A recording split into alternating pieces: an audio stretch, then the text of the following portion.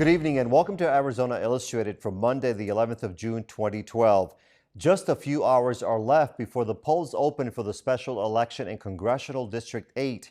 And while many voters have already cast their ballots, others will be doing it in person tomorrow. As you can imagine, the different campaigns are doing everything possible to get out the vote, including a visit and rally with former Democratic Congresswoman Gabrielle Giffords. However, the Republican Party is also working very hard. As part of Your Vote 2012, political reporters Christopher Conover and Andrea Kelly have this report about the activities. Volunteers crowded into Pima County Republican headquarters to kick off the last weekend of campaigning in the CD8 special election. But candidate Jesse Kelly wasn't at GOP headquarters to get praise. He was there to hand it out. On Tuesday night, after we get victory, after we get there, this will be all over every major news outlet out there. The whole country, Alaska will be watching our race. New York, they'll all be watching what you did. And Jonathan brought up a great point. Believe me when I tell you, it will not be anything I did. Nothing. It'll be what you did. The work you did. Nobody runs. Ronald Reagan himself doesn't run for office and win anything without people like you. The plan at GOP headquarters centered on one thing: get out the vote. And no one was excused from making those calls. Hello, Mrs. McGraw. Ma'am, this is Jesse Kelly. Do you plan on voting in the special election on Tuesday, ma'am? Yes, ma'am. It is.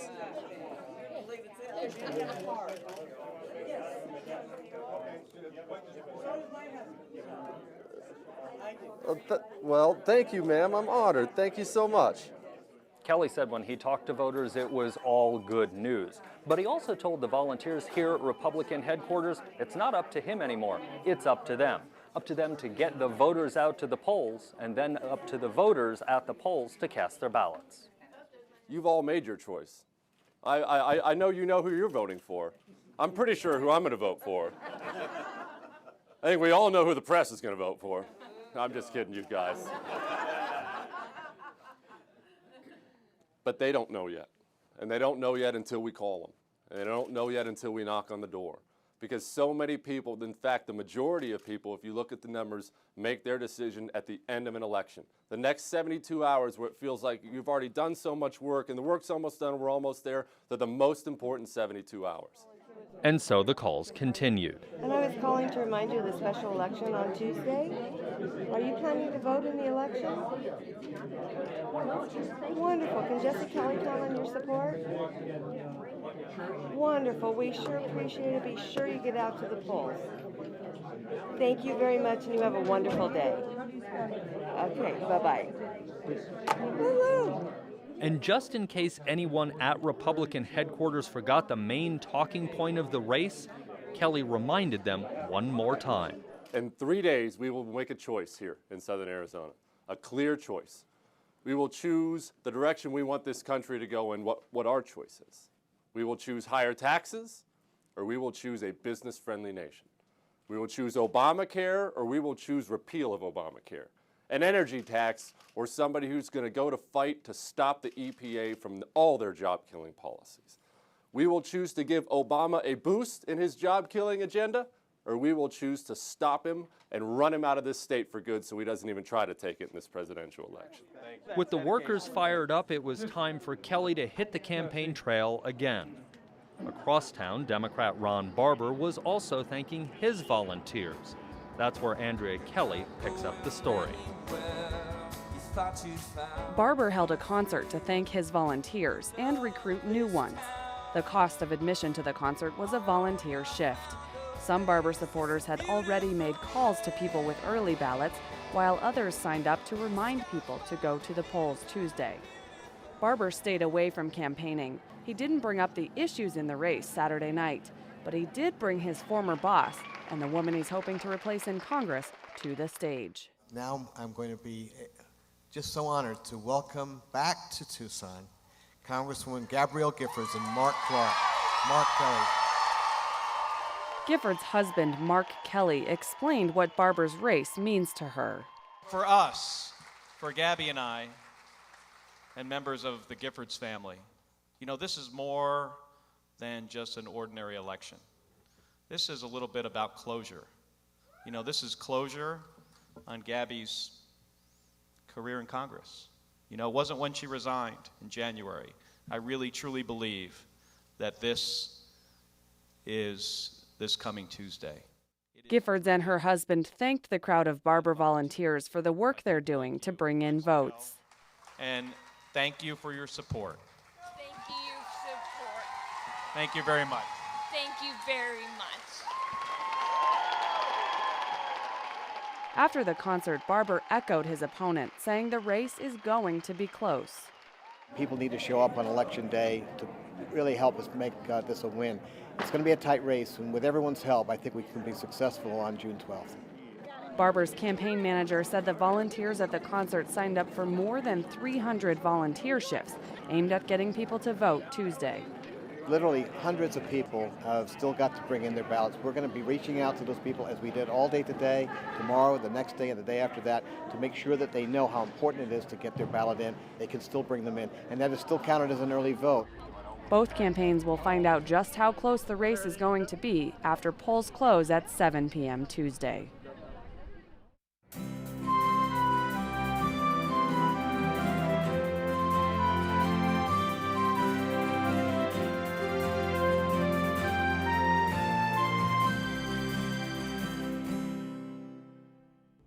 Parents, educators, business leaders, and other residents are gathering signatures to get an extension of the temporary sales tax, which was approved by voters in 2010 and is set to expire next year. So far, supporters have gathered more than the required signatures to try to put this issue on the ballot in November. Joining us to discuss the details are Annie Peterson. She is the president of the Arizona Education Parent Network, and Ron Schupman. He is the president of the Southern Arizona Leadership Council. Thanks for being here. Thank you, Tony. So if you could remind us a little bit about how this all began, Annie. Voters approved this temporary sales tax for education. What's happened since then? Well, it's set to expire in 2013, and so about a year ago, a group of us got together and said we need a more permanent solution for education to ensure that we have a dedicated revenue source and we provide what our teachers in the classroom need and our children need to succeed.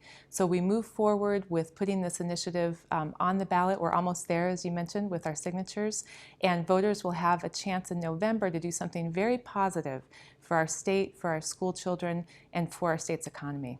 So we're talking about 1 cent sales tax continuance because it's already in place, right? That's correct. That's correct. And Ron, how do business leaders come into play with this? Normally you don't hear about businesses supporting any tax, or at least many taxes. Certainly. If there's a topic that is of high priority to business, it's education. Student outcomes will drive the future of this region and, in fact, our nation.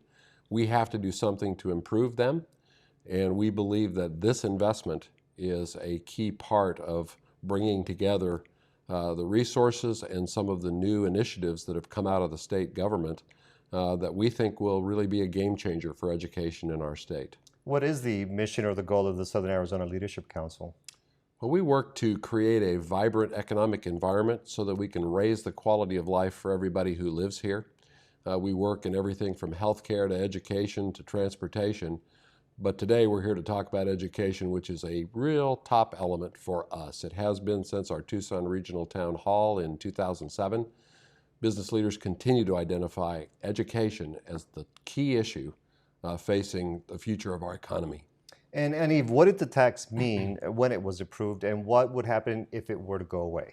Well, if it were to go away, we could face cuts to education. And over the past 4 years, the state unfortunately cut about $1 billion in K-12 education alone, more than $550 million for our universities. And this has not helped our children. There have been, we see larger class sizes, we've lost some key positions, tuition has skyrocketed at our universities, and we need to bolster the state's education system so that we can thrive economically. So basically, we're going to put education on a better footing. And as Ron mentioned, our educators are about to implement a series of new reforms, and they need help from the public to provide the resources so that we can ensure that those new reforms, such as requiring every third grader to be reading at grade level, there's going to be a new Common Core standard, much more rigorous curriculum that's going online. We need to ensure that our educators have the resources they need to succeed. And Ron, how are you trying to spread the message, if you will, to business leaders and others in this area to let them know about this tax? Well, certainly in our role, we have reached out to other groups statewide. We're beginning to educate them on the need and the opportunity that this initiative presents. We believe it will have solid business support. We are 100% dedicated to its passage. And that says a lot. When a business group will step up and support a tax increase, it means that we believe it's critical to the future of our region. And during a tough economy as we are facing at the moment, some people might say, you know what, I'm just sick and tired. I don't want to pay higher taxes. And even if we approve this tax, it'll just going to go elsewhere. How do you respond to that? Two responses to that. First, we're already paying this. So in essence, this isn't something new that we're going to pay in addition to what we're paying. We are already paying it. It will just continue what we've already done. This also will be directed differently than the Prop 100 dollars were directed. This is specifically designed to benefit education. Education will receive 80% of these dollars, and we crafted it very, very carefully to ensure that the legislature couldn't come in and take money from education from another pot. We were very cognizant of that, and that's a key voter concern. But I have to tell you, too, that voters in Arizona strongly support education. It is their top funding priority, and polling shows that they think education is seriously underfunded in the state of Arizona. And we wish there were another solution to this, but this is up to the people to fund their top priorities. So we're giving them the opportunity to do that this fall. And when I have had conversations about these topics in the past, people say, well, education is part of business competitiveness in the future. It absolutely is. Education is an economic development issue. We want to attract high-wage, high-paying jobs for this region in particular. Our poverty level is unacceptable. Educating our children and creating a workforce that can fill those jobs is going to allow my children and grandchildren to have jobs here, and yours and everyone else. We really believe that the future depends on us improving student outcomes. This is an opportunity to put some resources behind what we believe is a critical issue, and I hope that all of your viewers will support the initiative. Okay, and speaking of the initiative, we only have about 30 seconds, but what is the name of the initiative? Does the prop have a number yet, or what happens next? The name is Quality Education and Jobs, and if people would like more information, they can go to our website, which is www.qualityeducationandjobs.com. The initiative will be given a number as soon as we qualify for the ballot, but if people would like to sign up to volunteer or make donations or help us gather those last signatures that we would like to gather to have a big enough cushion, they're welcome to come and help us through the website. Okay, and it's likely that it will be on the ballot in November. Thank you very much for joining us. Thank you, Tony. The 20th century had barely begun when everything in the arts suddenly became modern. New, absolutely new, a real break with everything. And it happened here in Paris. Because that was the place to go. A crossroads for artists from all fields. For the amazing story of how they reinvented art. A revolution in painting and literature. It's Paris, the Luminous Years. Join us. Monday at 9 on PBS HD, Arizona Public Media. Author Ray Bradbury died last week at the age of 91, and many in the literary world will miss him, including Tucson resident Gloria McMillan. She is a research associate at the University of Arizona's Department of English and also works at Pima Community College. McMillan says the famous author has a Tucson connection and has also been an inspirational American in the classroom setting. Mark McLemore has that interview. Here to talk about the legacy of Ray Bradbury, the great writer, we have Gloria McMillan, who's taught Bradbury's work in writing classes for years at Pima College. And Ray Bradbury had a connection to the Tucson area, which I had never heard of before, but apparently Tucson and the desert looms large in his writing. Tell us about that. Well, he lived here twice, once in the 1920s, I believe 1926, but don't quote me on that, and again around 1933. He was a 6-year-old, and he lived in the Midtown area. We may dig up a photo on that of the house. And at that time, he was running amok on the U of A campus. They had to keep throwing him off campus. And he lived here then for about 6 months. He would haunt the dinosaur area, you know, of the museum. When he came back, they moved way out of town, somewhere like Stone and Prince.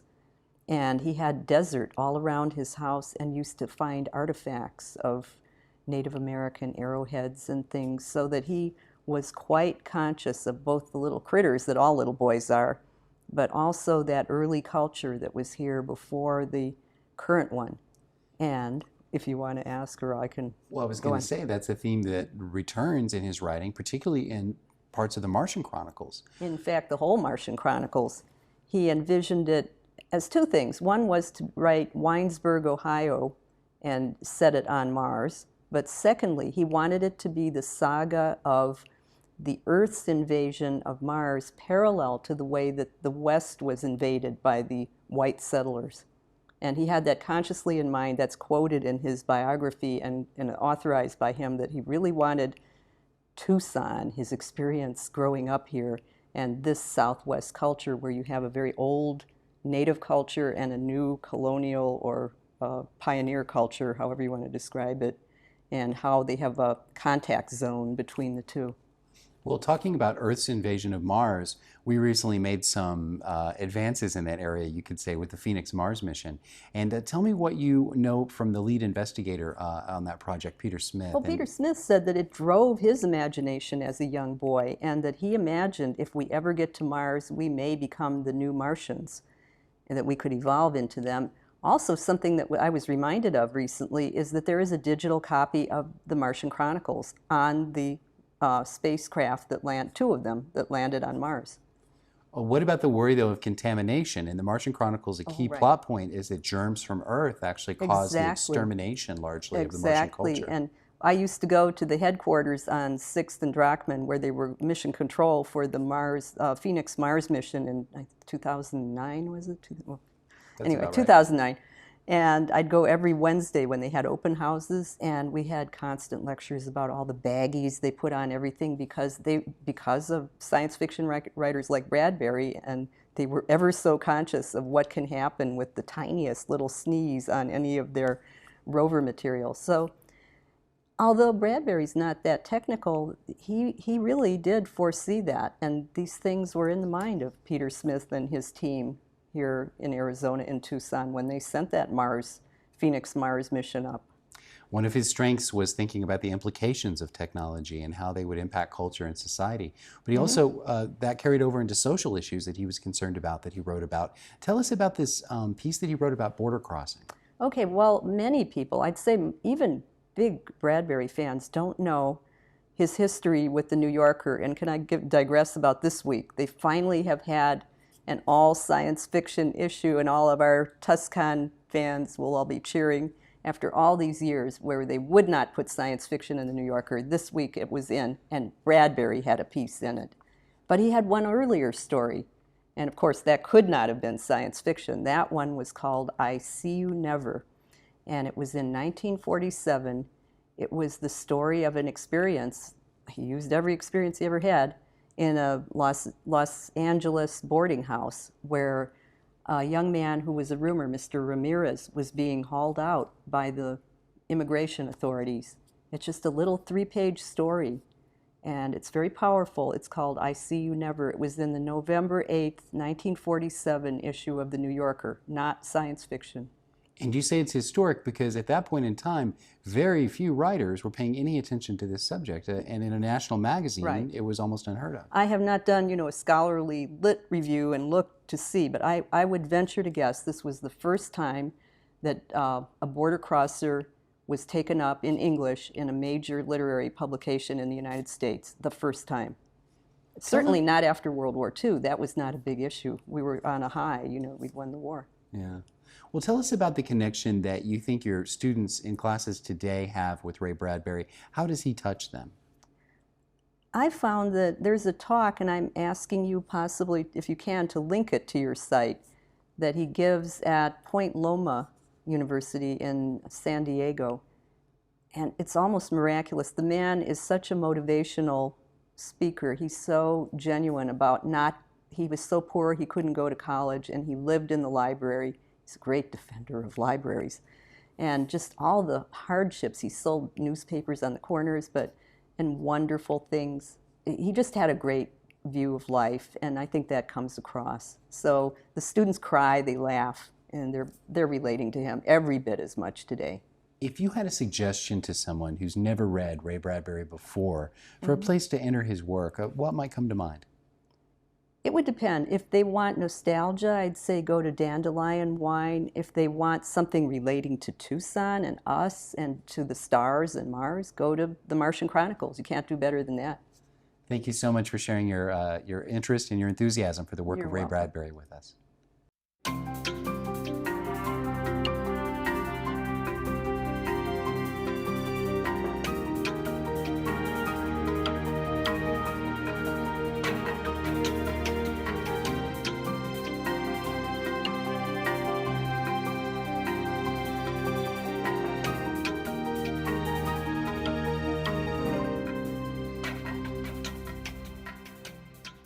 A national flag can elicit many emotions and significance, so we're talking about this and other topics ahead of the annual Flag Day in the United States.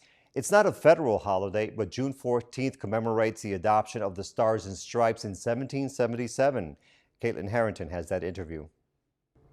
Joining me in the studio today is Pat Cox. She is the Public Relations Coordinator for the Catalina Mountain Elks Lodge, and Jim Cox, the Flag Day Coordinator. Thank you both for joining me today. Thank you. Jim, can you give our audience a little information about the Flag Day event, when and where it will take place? Yes, it will take place on the June 14th at 9 a.m. in the morning, and it'll take place in front of the HOA clubhouse. And that is in Saddlebrook. And can you talk to us a little bit about the importance of Flag Day and what the event is celebrating? The event is really celebrating our patriotism to the flag and the country. And it's pretty much recognizing our veterans and also the police and the firemen who risk their lives all the time to keep our freedom and our safety. Pat, can you talk to us a little bit about the role that you will be playing in the Flag Day ceremony as part of the Coyote Country Cloggers? Yes, we will be performing two numbers. One will be the Salute to Veterans, which the songs will be a medley of all the military songs. And then to close the ceremony, we will be performing to This Land. And you've been participating in Flag Day for about the past 10 years. Correct. Can you talk to about the importance to you and what this day means to you? It's just really a very emotional day and very patriotic. It's so wonderful to see everyone there just really saluting the veterans and the active military and showing their respect for the flag. Jim, can you talk to us, in addition to the cloggers that will be performing, there's going to be some singers. Can you talk to us about some of the events that the day will have? Well, for one thing, we will have the 8 flags that the nation has flown over us. And we also, in this year, we're having a 9th flag that's going to be introduced, the Betsy Ross flag, which will be introduced by 2 members of the Sons of the American Revolution. And those flags are paraded in, and everybody gets to see what our country had flown over. Can you talk to us a little bit about the Catalina Mountain Elks, Pat, and their role that they play in this event? Yes, they have a very important role, of course. It's a required ritual by the Benevolent and Protective Order of Elks to do this every Flag Day. And it has actually started back in 1907, I believe. And all lodgers are required to do this every year. And Jim, we talked a little bit prior to the interview about the people that can attend this event. Will you talk to us a little bit about that? Yes, everybody is invited to attend, and there's no charge. And we've never had anybody leave that haven't been overwhelmed by it. And about how many people have you seen come out in the previous 10 years? We've had everything from 450 to over 200. And in addition to some of the events, there are going to be some speakers, is that correct? Can you tell us a little bit about what they might be talking about, what we can expect to hear from them? All our speakers are told that the subject must be patriotic and that it should be about 5 minutes in duration. We have about 30 seconds left, but if you can tell our audience one more time where the event will take place and what time? It will be at 9 a.m. on June 14th, right in front of the Saddlebrook Clubhouse, Saddlebrook HOA 1 Clubhouse. Well, Pat and Jim, we thank you so much for joining us today. Thank you. Thank you. In tonight's video postcard by photographer and editor John Dinayazi, we take you to Wyatt Earp Days in Tombstone. The annual event attracts crowds looking for fun, which include gunfight skits on the street, look-alike contests, and an 1880s fashion show. Thank you, man. I appreciate this. Under anywhere.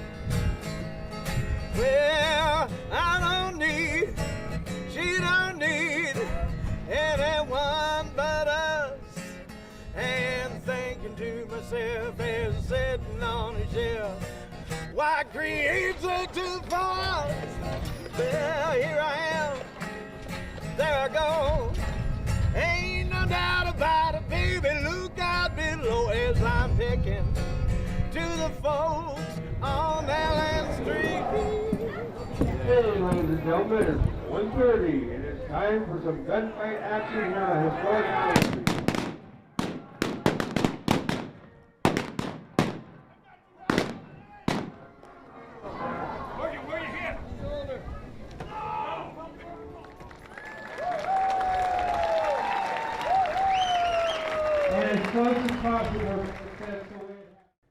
You can get more news and information on our website, azpm.org. To comment on any story you saw tonight, click on it online and go to the bottom. We can also be reached via Facebook and Twitter. Coming up tomorrow night, the nation's fastest growing minority is garnering an increasing amount of attention from marketers and merchants. Activists are also hoping to entice more Latinos to become politically active. And we'll talk about efforts by the Pima Council on Aging to help older residents live better lives. I'm Tony Paniagua. From all of us at Arizona Public Media, have a great night.